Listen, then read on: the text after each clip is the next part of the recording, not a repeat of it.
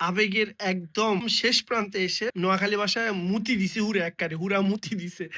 আবারও বাঙালির আবেগের মধ্যে ডিরেক্ট সুসু করে দিল এই ছবিটা।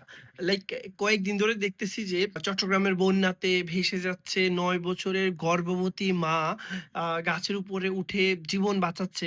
আমাদের কিছু গুজব ছড়াচ্ছে প্রচুর পরিমাণে লিটারেলি ফ্যাসিস্টদের কিছু লোকজন দেখেছিলাম যে এত পরিমাণে তারা এটা পোস্ট করছিল, শেয়ার করছিল।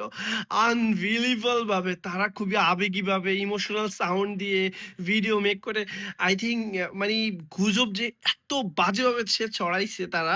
সো দিন শেষে আবেগের একদম শেষ প্রান্তে এসে মানে একদম পুরা মুতে দিছে। নোয়াখালী ভাষায় মুতি দিছে হুরা এককারে, হুরা মুতি দিছে। সো এইরকম পোস্ট শেয়ার করার আগে অবশ্যই মাস্ট বি আপনারা হচ্ছে একটু যাচাই-বাছাই করবেন। এই মহিলাটা হচ্ছে সে টাঙ্গুয়ার হাওরে ঘুরতে গিয়েছিল। মজা করার জন্য সে জাস্ট ভিডিও ওই গাছের উপরে উঠে একটা ভিডিও করছিল। সো সেটা হয়তো কোনোভাবে ভাইরাল হয়ে যায়।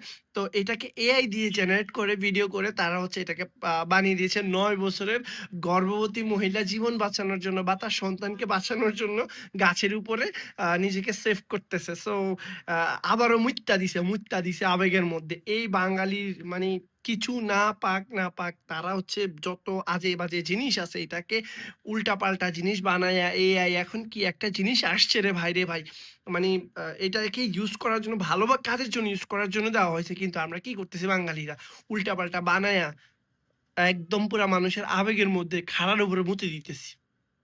সো এই ধরনের নেগেটিভ জিনিসগুলো থেকে দূরে থাকবেন। Thanks for watching.